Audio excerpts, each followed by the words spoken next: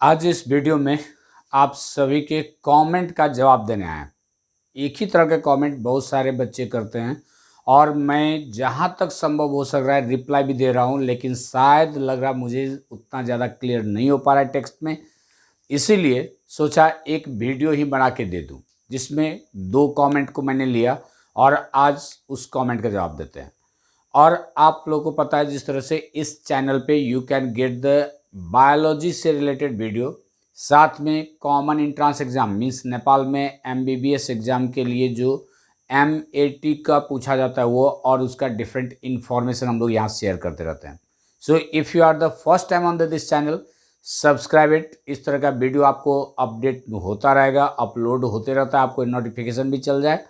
और if you are the previously पहले से ही सब्सक्राइबर तो लाइक कीजिए, शेयर कीजिए, शायद ये वीडियो आपके लिए बड़ा यूजफुल होगा। चलिए, खास करके फॉरेनर स्टूडेंट और हम लोग का इंडिया और नेपाल का जो बॉर्डर ओपन है, या कहिए दिस इज द इस टाइप से हम लोग का एक कल्चरल रिलेशन है। तो नेपाल में एक फॉरेनर का कंसेप्ट का मतलब है हम लोग इंडिया का ही ले लेते हैं। ओके, तो कुछ स्टूडेंट, जैसे एक कमेंट आप देख सकते हैं, दैट इज द एक कमेंट आया था मेरे चैनल पे, उसको मैं लूँ। ये this is the given by the Akshita Mishra. Akshita Mishra का कहना है, सर अगर मैं नीट क्वालिफाइड हूँ लेकिन मुझे सीईई कॉमन इंट्रांस एग्ज़ाम में अच्छे मार्क्स नहीं आता है, तो क्या मुझे बीपी कोइराला में एडमिशन मिल सकता है फुल पे करके, यानी पूरा पेमेंट करना है। I am Indian student sir, please बताएं। तो सबसे पहले मिश्रा जी मैं आपको ये क्लियर कर दूं, कॉमन इंट्रांस एग्ज़ाम में फॉरेनर स्टूडेंट के लिए दो कैटेगरी है, एक फर्स्ट कैटेगरी, एक सेकंड कैटेगरी। फर्स्ट कैटेगरी का मतलब है आपको एग्ज़ाम देना है कॉमन इंट्रांस एग्ज़ाम और पास होना है। पास होने के बाद ही आपका जो नेम होगा वो लिस्ट में आएगा, पीडीएफ में आएगा, उसके बाद आपको एडमिशन होगी। अगर आप एग्ज़ाम नहीं देते हैं, आप सेकंड कैटेगरी में जाते हैं, एग्ज़ाम नहीं देना है तो इट्स ओके, नॉट मैटर, लेकिन आपको प्रायोरिटी में नहीं रखा जाएगा। प्रायोरिटी में पहले उस स्टूडेंट को रखा जाएगा जो एग्ज़ाम देके कॉमन एंट्रेंस एग्ज़ाम को पास किए हैं, लेकिन वहाँ से अगर सीट बचता है, after that only it will be the given to the second category. इसलिए मेरा सजेशन आप लोग के लिए ये है, जो कॉमन एंट्रेंस एग्ज़ाम दें 200 मार्क्स का होता है, निगेटिव मार्किंग नहीं है, और पास होने के लिए आपको 100 मार्क्स चाहिए। और मुझे लगता है वी कैन डू इट, क्योंकि नीट का और अब कॉमन एंट्रेंस एग्ज़ाम का बहुत सारा सिलेबस पहले थोड़ा सा डिफरेंट भी था, तो थोड़ा सा प्रॉब्लम था जो आप यहाँ के लिए स्पेशल तैयारी करते थे, लेकिन अब ऐसा नहीं है। बहुत सारा सिलेबस हम लोग का नीट के एग्ज़ाम का और कॉमन एंट्रेंस एग्ज़ाम का कॉमन ही है, इसलिए वहाँ का जब प्रिपरेशन आप कर रहे हैं नीट का, तो उससे आपका कॉमन एंट्रेंस एग्ज़ाम का पे प्रिपरेशन हो जाता है। ओके, इसीलिए बेटर है जो आप एग्ज़ाम दें जिससे आपको प्रायोरिटी मिले, और पेमेंट तो करना ही है, क्योंकि एक और इस टाइप का भी कमेंट आ रहा है जो सर हम लोग को स्कॉलरशिप मिलेगा कि नहीं मिलेगा। स्कॉलरशिप में आएगा अगर हम लोग का क्वालिफिकेशन हो जाता है, अगर हम लोग रैंक गेन कर लेते हैं। तो एक्चुअली अब के डेट में, पहले था स्कॉलरशिप, ये गवर्नमेंट का पॉलिसी है, हमेशा चेंज होना ही है। अभी नहीं है, हो सकता है कल के डेट में फिर आ जाए, लेकिन अभी तक का जो इन्फॉर्मेशन है उसके हिसाब से अभी अब किसी भी फॉरेनर स्टूडेंट को कोई स्कॉलरशिप नहीं है, इसलिए आपको फुल पेमेंट में जाना ही पड़ा, पेमेंट ही करना पड़ा। और कॉमन एंट्रेंस एग्ज़ाम दे के अगर पास आप होते हैं तो आप फर्स्ट प्रायोरिटी में होते हैं, तो आपको सीट मिलने का चांस ज़्यादा होता है। क्लियर है अंकिता मिश्रा जी? नेक्स्ट एक हम और लेते हैं।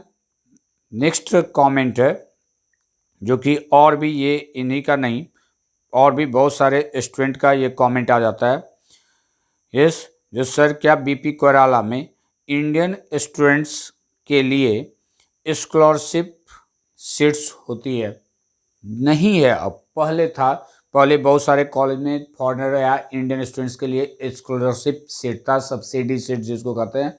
अब आज के डेट में किसी भी फॉरेनर स्टूडेंट के लिए नेपाल में किसी भी टाइप का एमबीबीएस के लिए कोई स्कॉलरशिप नहीं है।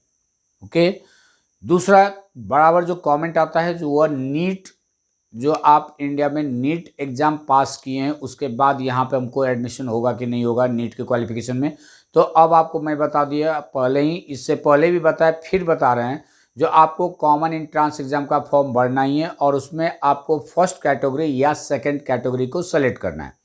फर्स्ट कैटेगरी सेलेक्ट की तो आपको कॉमन एंट्रेंस एग्जाम देना है, नहीं किए तो नहीं देना है, लेकिन आपको प्रायोरिटी में नहीं रखा जाएगा।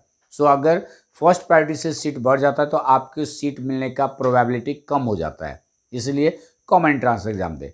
साथ में कुछ स्टूडेंट ये भी पूछते हैं जो कॉमन एंट्रेंस एग्जाम में मैं पास कर गया लेकिन मैं नीट का मैं क्वालिफाइड नहीं हूँ, नीट पास नहीं है, तो मेरा एडमिशन होगा कि नहीं। नेपाल में आपका एडमिशन होगा, नहीं होने का बात नहीं है। कॉमन एंट्रेंस एग्जाम हो गया तो आपके नीट के मार्क स्कीम से नेपाल के किसी भी कॉलेज को कोई रिलेशन नहीं है, ओके। लेकिन जब आप यहाँ से पढ़ के फिर जाएंगे इंडिया की तरफ और फिर वहाँ पे प्रैक्टिस के लिए, तो मेडिकल के लिए प्रैक्टिस करते तो वहाँ पे FMG, इस पे रिलेटेड मैंने एक वीडियो बना भी चुका था, जो नेपाल में कौन सा मेडिकल कॉलेज का कैसा परफॉर्मेंस है, इसलिए प्लेलिस्ट में देख के इस वीडियो को देख लीजिए। वहाँ पे फॉरेनर मेडिकल ग्रेजुएट एग्जाम, आपको वहाँ पे प्रैक्टिस करने के लिए रजिस्ट्रेशन के लिए ये एग्ज़ाम देना पड़ा, और ये एग्ज़ाम ये कहता है जो आप इंडिया में MBBS करने के लिए जो क्राइटेरिया है उस क्राइटेरिया को भी आपको कंप्लीट करना है, मीन्स आपको नीट क्वालिफाइड करना है। इसीलिए कल के डेट में जब आप प्रैक्टिस करने के लिए जाएंगे और उस टाइम में नीट क्वालिफाइड नहीं होगा तो you can't get the licence to be the practice in the India. इसीलिए आपको नीट एग्जाम को देना है, नीट एग्जाम में क्वालिफाइड करना है, that we have to do. I think इस तरह से बहुत सारे क्वेश्चन का जवाब आपको इस वीडियो में दे चुके। फिर मिलते हैं आपसे न्यू वीडियो में, इसलिए अगर आप फर्स्ट टाइम आप इस चैनल पर हैं तो प्लीज़ सब्सक्राइब इट, लाइक कीजिए और शेयर कीजिए। Thank you very much, see you in the next video.